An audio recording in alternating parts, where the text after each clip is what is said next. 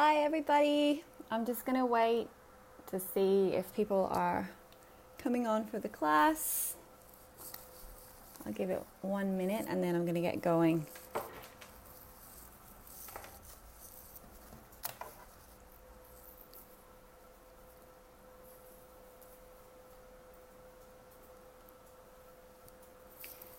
Just going to wait 1 more minute and see if who else comes on, because there's quite a few booked in and I know it's sometimes a bit of a crazy time of night. Trying to get kids to bed and get dinner done. Let me just close this down.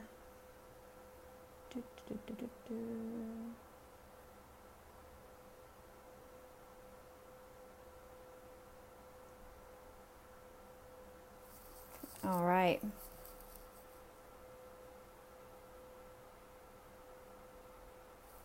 Okay, I'm going to get going because it's a 30-minute class. It's a little mini class and I am going to try my best to be done by 8 o'clock. There's not too much to go through, but I do like to get carried away with talking about oils a lot of the time. So thank you for joining. As I said, it's a little mini class, so I'm trying something new at the moment. A mini series that I'm going to try and do I'm not going to say try. I am going to do 1 class a week. I'm aiming for Tuesday nights, but if there's a different time that suits more people, then you can obviously just let me know in the comments. If during the day works better, I am very flexible. I'm going to do it on a range of topics, but basically they're designed to help you guys be inspired by your oils, learn different ways to use them that you maybe haven't thought of, and generally just learn more about your oils and be more confident in using them. So this week, for absolutely no reason, I decided to start with hair care. So naturally healthy hair is the title of this class, and it's just going to chat about some of the oils that are recommended for different types of hair and different ways to use them. So for me personally, using oils for my hair, I am almost 4 months postpartum with my second little boy, and I know from past experience on my first pregnancy and first time after birth last time, I lost a lot of hair, and it's completely normal after you've had a baby to lose the hair that you held in your head during pregnancy. But I started to use my oils this time to try and counteract that and make sure I'm not losing as much hair. I would say I'm probably losing just as much, but my hair is much healthier this time around, and I'm actually not as stressed about losing it as I was the first time around. Whether that's because I was prepared, I'm not sure, but my hair definitely feels much healthier. Hey, how are you? So I'm going to start with a little bit of background on what goes on our scalps. So the hair on our head is attached to our scalp, as we all know, and our scalp is just like any other big piece of skin on our body. It is full of pores, everything can be absorbed through them. So it's really important that what you're putting on your hair, on your scalp, is what you're going to absorb into your body. So we're trying to get rid of as many chemicals and as many toxins as possible, because as we know, the skin is the largest organ of our body, and what we put on our skin gets absorbed into our body, into our bloodstreams, and affects us quite greatly. Now, there's a lot of research to prove that. So a bit of scalp science. Our scalp is continually shedding skin. So a certain amount of hair loss is completely normal. It's nothing to worry about. Men generally lose more hair than women, and that's to do with their hormone levels. But if you're losing, you can lose anywhere up to sort of 100 strands of hair a day, and that's totally normal. For me, I don't tend to brush my hair every day. I definitely don't wash it every day. I wash it maybe twice a week. So whenever I do brush it, I probably lose a little bit more, but it's because it's been built up over a couple days. So take that into account if you are worried about your hair loss.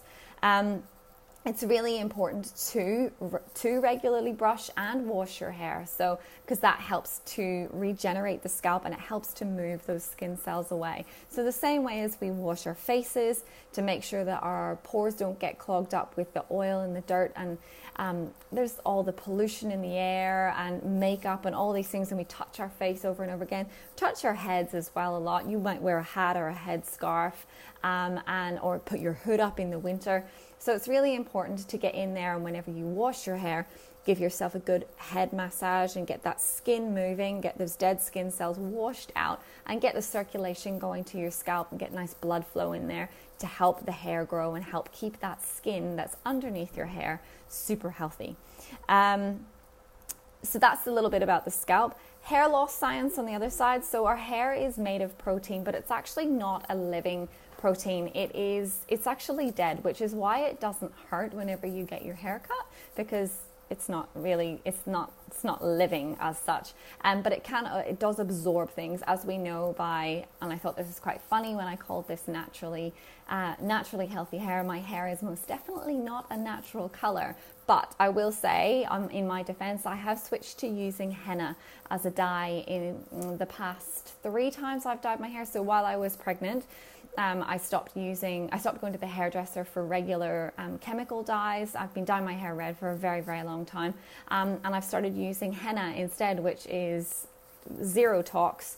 And it's working really well. So if anyone is doing darker colors in the hair, I would really recommend that you look into using a product like that.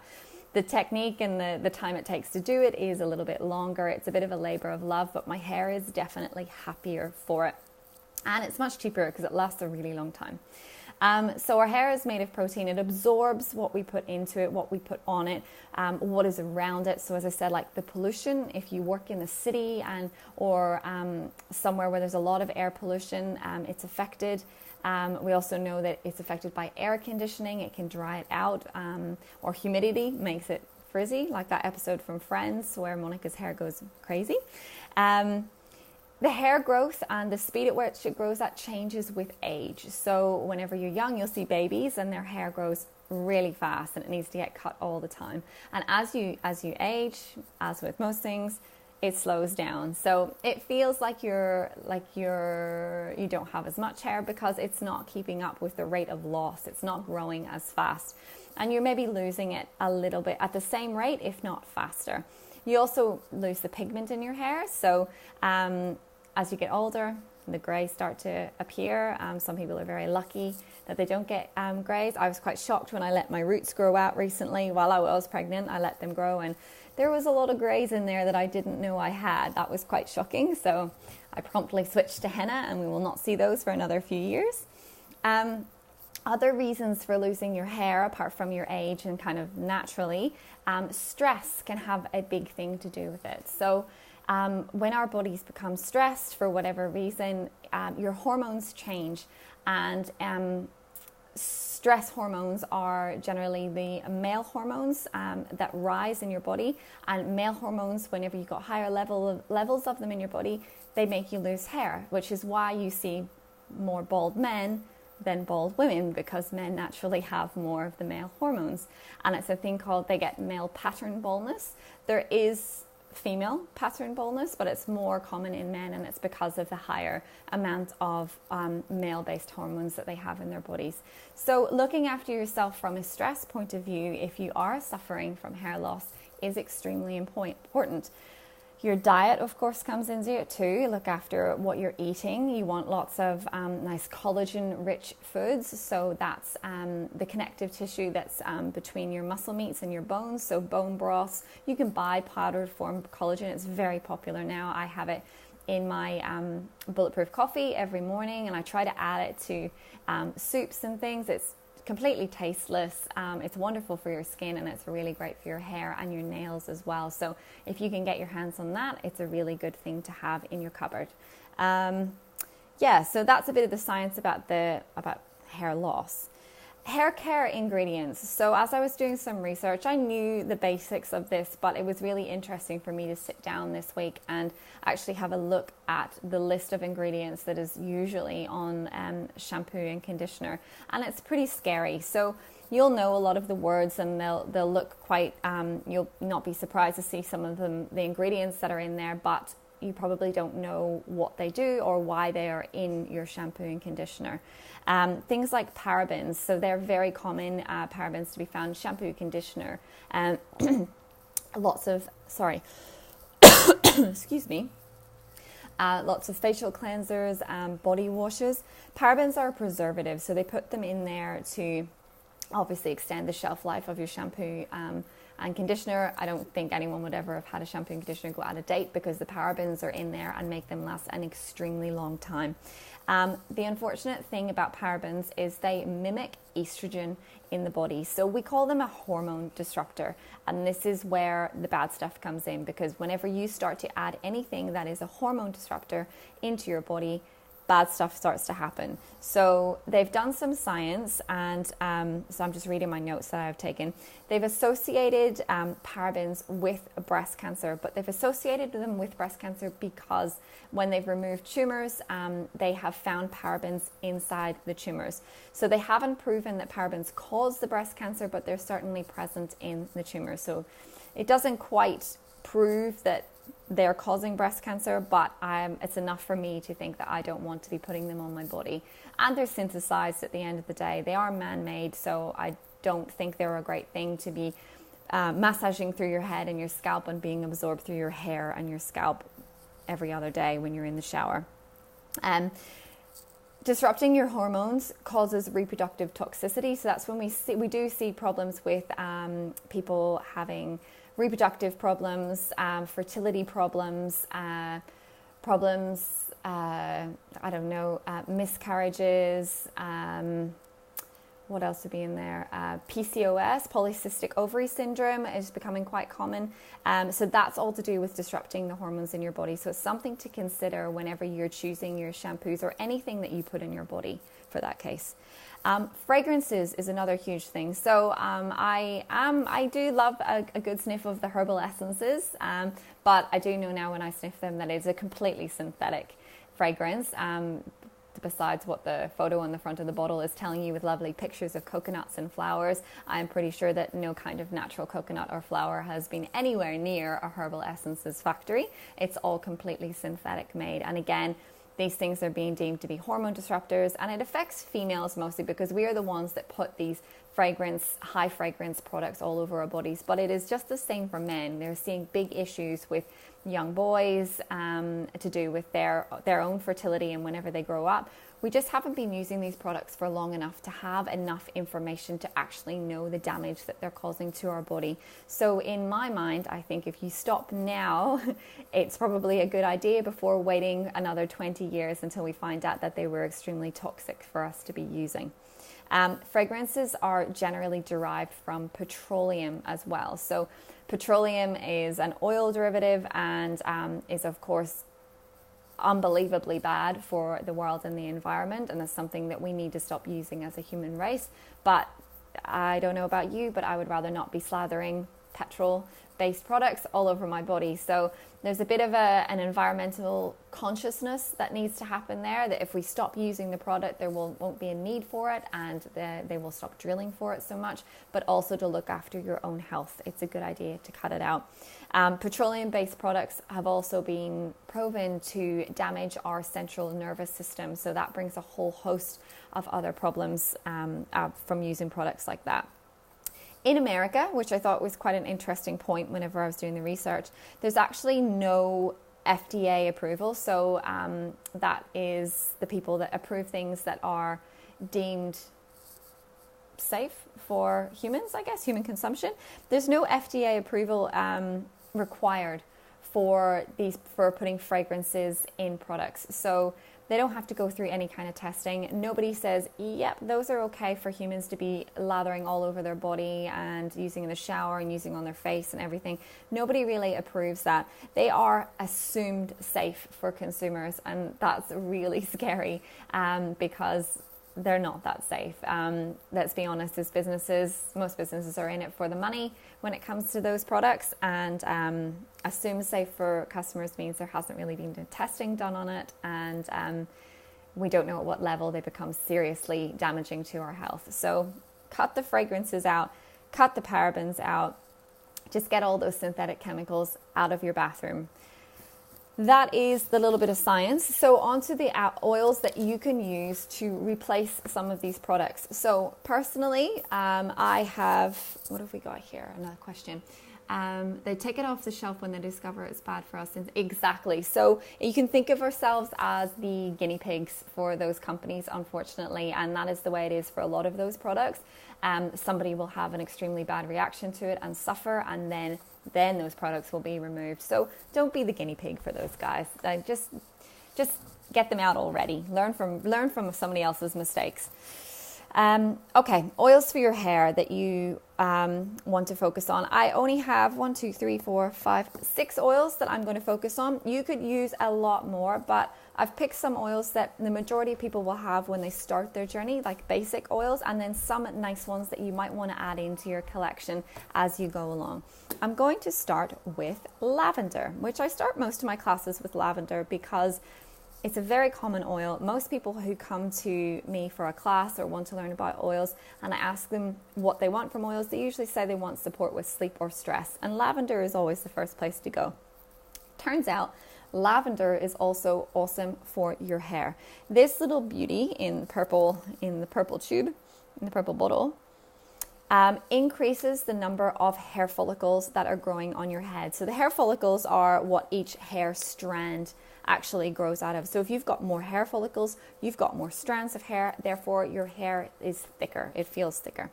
The follicles also root deeper. So if they're rooted deeper, just like a tree, they're going to be harder to come out. So you're going to have less hair loss. You can also use lavender. I like to put 1 drop of lavender into my mascara tube and then use my mascara as normal. So it's a bit of a conditioning treatment for mascara. Or if you use a kind of like an eyebrow brush or any kind of, what is the word? Like a mascara for your eyebrows. You can put your lavender in there and help to grow out your eyebrows, because we all know that thin eyebrows are not a thing anymore, unfortunately for us who all plucked our eyebrows when it was a thing. So that's a nice way to use lavender. More hair follicles, thicker hair, deeper hair follicles, less hair loss for your lavender. At the end, I will go through tips on how to use them, but I'm just going to specifically talk about the oils for now. So we got lavender. Then we will have tea tree or melaleuca, depending on where you are in the world. I love tea tree. It's a lovely clean smell. Tea tree is antifungal, which makes it amazing for dandruff or flaky skin. So a lot of people think that dandruff is just because you've got a super dry scalp. It's generally to do with a fungus that's growing on your scalp. It sounds delicious, I know, but tea tree will help treat that.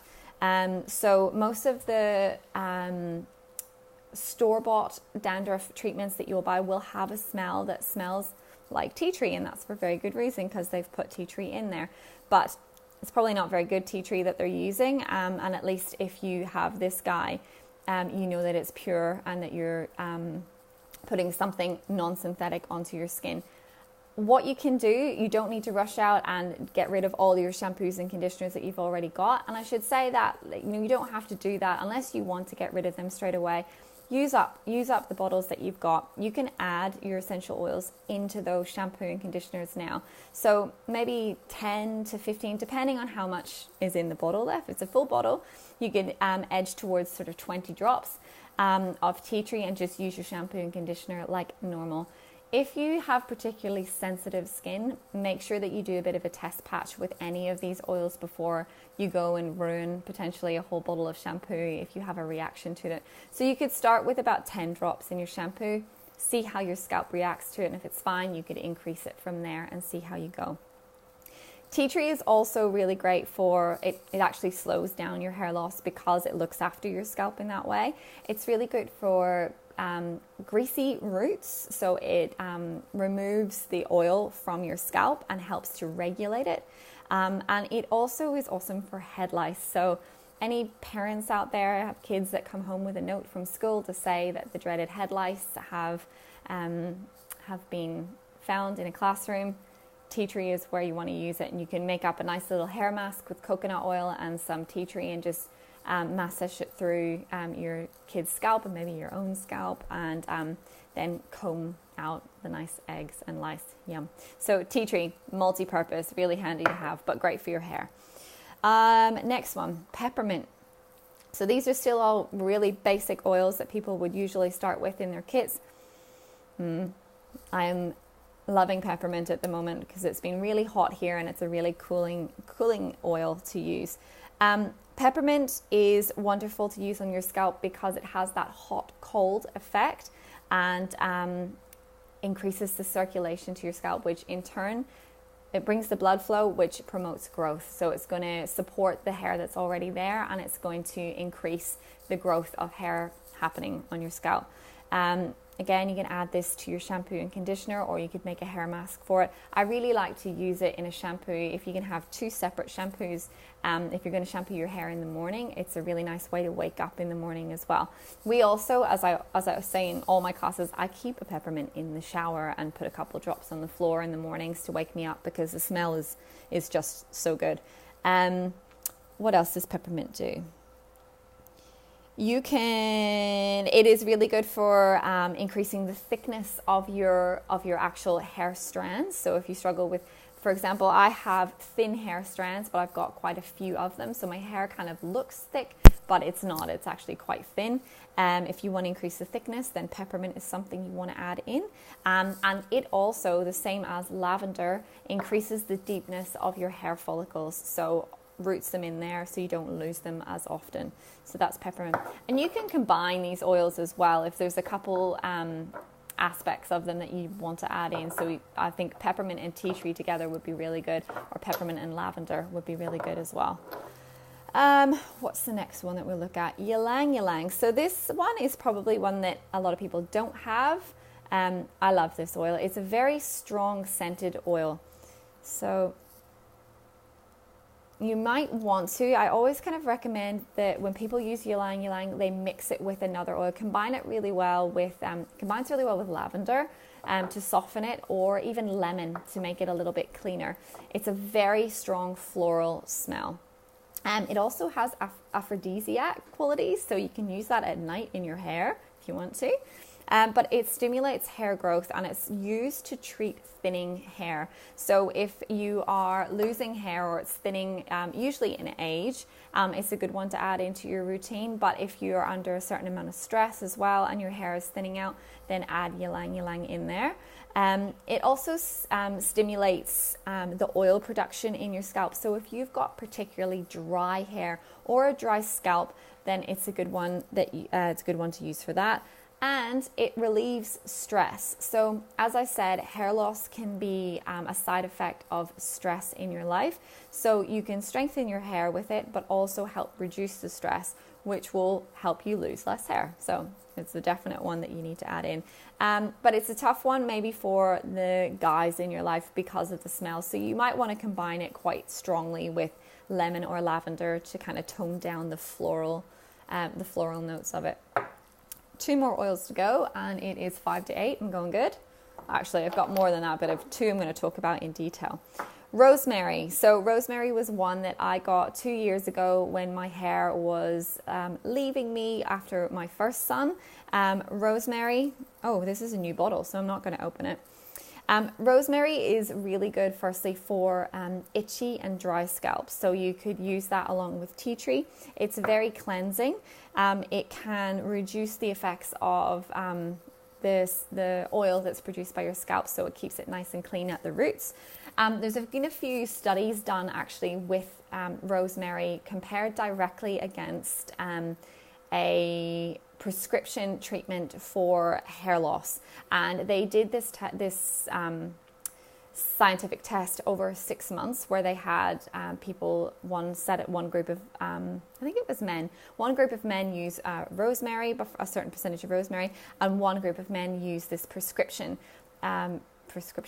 shampoo, prescription lotion on their hair, and they found that after 6 months, actually rosemary had exactly the same results of hair growth. So the growth was really good. The results were the same from both groups, but the side effects that the men had from the prescription lotion were things like eczema, sinusitis, anxiety, dizziness, faintness, respiratory infections, and what they were actually using in the lotion is actually flammable. does not sound very appealing to wanting to use on your body. So if you can get the same results from something that is 100% natural, then I would be using the rosemary every single time. So for thinning hair, rosemary is what you want to be using. Hi Clint, thank you very much. It's lovely to see you here learning about oils. Last one that I'm going to talk about in detail is cedar wood. So another one that people generally don't have in their collection. Cedar wood is, I should say as well, rosemary, cedar wood, and tea tree for the guys. These are the ones that probably smell the best as far as masculine smells. Cedar wood, if you don't have it and if you haven't had the chance to smell it, is a really masculine woody smell. So it's wonderful. If you look back on the page, there is a video of me making a beard oil with my partner Blake, who has a big beard, and cedar wood is one of the oils that we use in there. It is amazing for circulation to the scalp to combat thinning hair again. So rosemary and cedar wood together are a really good idea. It's also very moisturizing for your skin. So if you're going to use if you're making your own skin serum, cedar wood is a good one to add on there too. It's also very grounding, so you hit the stress as well with this one. It helps you sleep, so you could use it at night in your shampoos, but it's a nice oil to add in.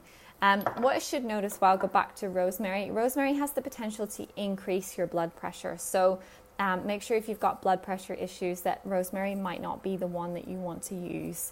Just be aware of that. So I'm going to list off, if you guys have a pen and paper, I am going to send an email to anybody who registered online for this class. There is an email going out to you with a PDF and everything.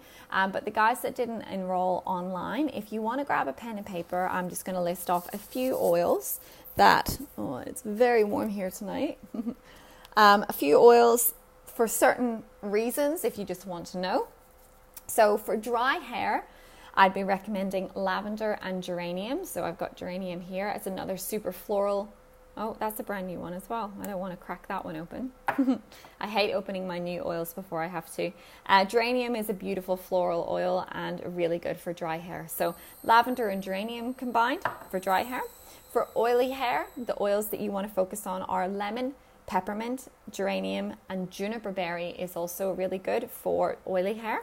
Any of those oils that you can intuitively pick those ones, the ones that have really good astringent qualities, the citruses that really clean oil, any of your ones that you would use for cleaning, particularly in your kitchen if you're removing grease, are going to be good for oily hair. These are suggestions. Yes, these are ones that you can just add to your shampoo. This for different reasons, absolutely. And as I said, you can start with about 10 drops of them. Just see how you go. Depends on how full your shampoo bottle. It's not an exact science, but start on the lower end. Give it a good shake to make sure they mix up really well.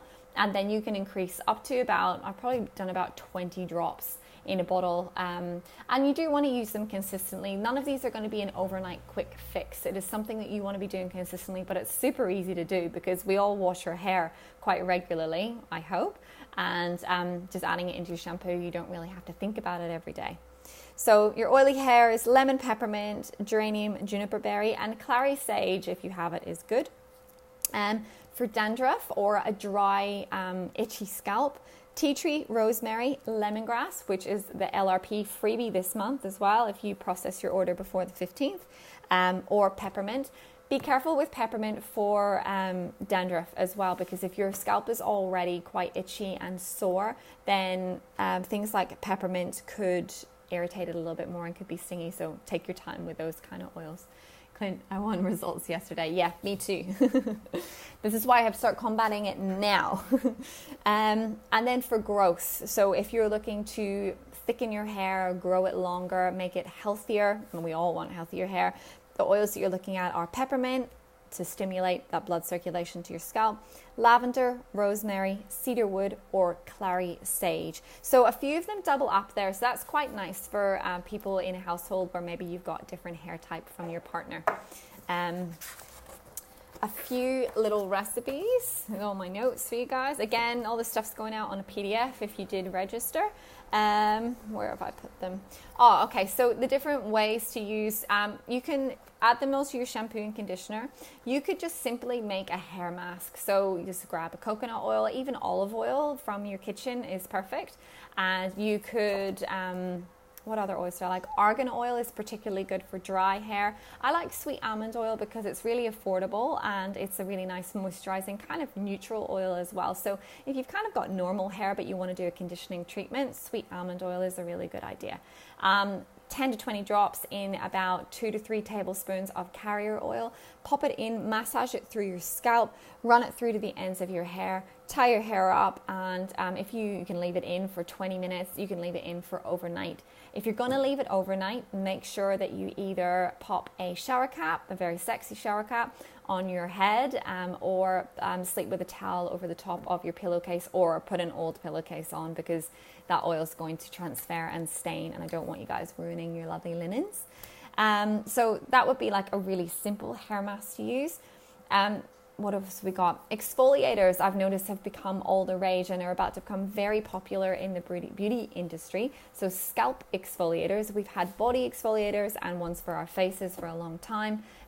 Scalp exfoliation is a new thing and it makes a lot of sense. So a recipe, you guys want to write it down. I've got a cleansing exfoliator recipe, and again, if your scalp is irritated, please go really easy on these things and do maybe a patch test beforehand before you slather it all on. But you can take a 1/4 cup of pink salt or a 1/4 cup of sugar. If you've got really, really dry hair, please don't use salt, use sugar instead. So something gritty, not fine. You want it kind of like that coarse ground salt or sugar. 1 tablespoon of apple cider vinegar. If you've got colored hair, just be careful with that apple cider vinegar. It can strip color, so please don't blame me if I ruin your hard work on your color. You can just leave it out if you don't want to use it. 1 tablespoon of coconut oil, a teaspoon of honey or a teaspoon of aloe vera, and then 15 drops of essential oil. So pick from the list that I detailed and just mix them in there. And then you just wet your hair when you're in the shower. Take a nice scoop of the exfoliator and just massage it through your scalp to move all those dead skin cells off. And then you can let it sit in there, shave your legs, wash your face, brush your teeth, whatever you need to do. And then shampoo and condition as normal. You might need to do a double shampoo. Oh, there's a mosquito. Got it. You might have to double shampoo because of the coconut oil in there, just to make sure that you get it all out. So that would be an exfoliator maybe once a week. See how your skin goes, but I wouldn't really do it more than once a week. Once a fortnight might be enough for people, but your hair will feel super clean after you do that. You can do a soothing mask as well, or a soothing massage scrub by combining 2 tablespoons of brown sugar, 2 tablespoons of ground oats, so that will calm down any kind of irritated skin. So we talk about when kids have chicken pox or eczema, doing like an oatmeal bath is exactly the same thing. 2 tablespoons of your conditioner that you're using, hopefully it's a nice natural one, and then sort of 5 drops of essential oil. I really like to use lavender for this one. Lavender and cedar wood are really lovely together to calm down the skin. Another product that doTERRA does, just quickly before I go, that I got last month that I'm absolutely loving is the root to tip serum. So in here it is a carrier oil and it's got a beautiful mixture of essential oils already in there. So if you don't want to make up your own hair serum, you're not very big on the DIY, then you can just buy this guy through your back office.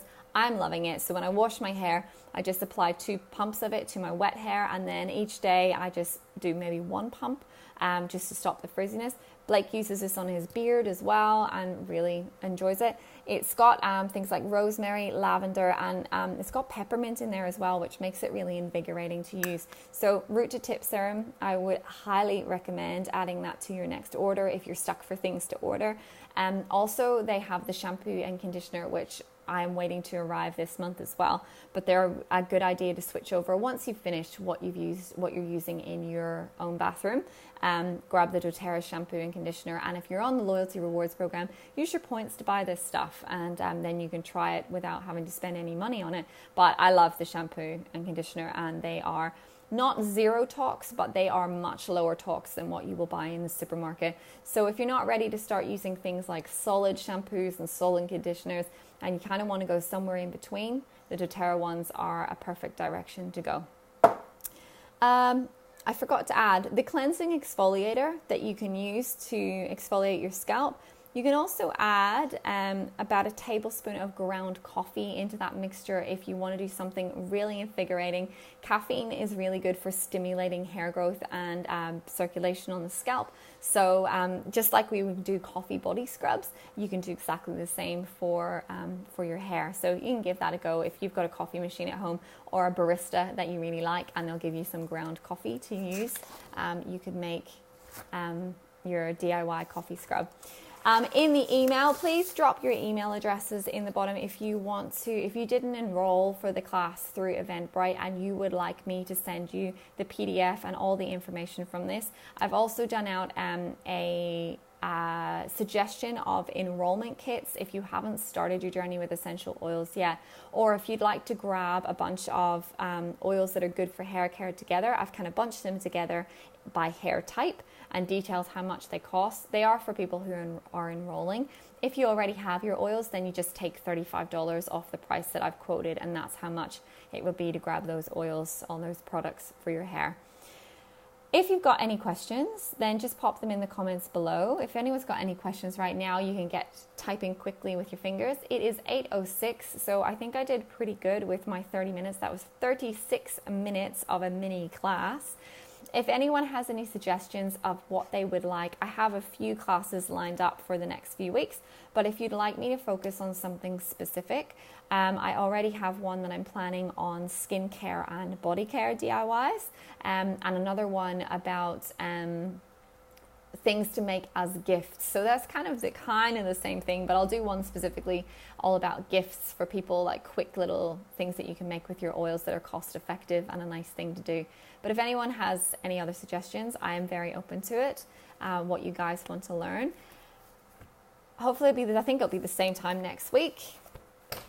I'm assuming nobody has any questions. We're all very quiet. That's cool. I'm going to go now and enjoy a cup of tea. I hope you guys all enjoy the rest of your Tuesday night, and I will speak to you soon. Bye.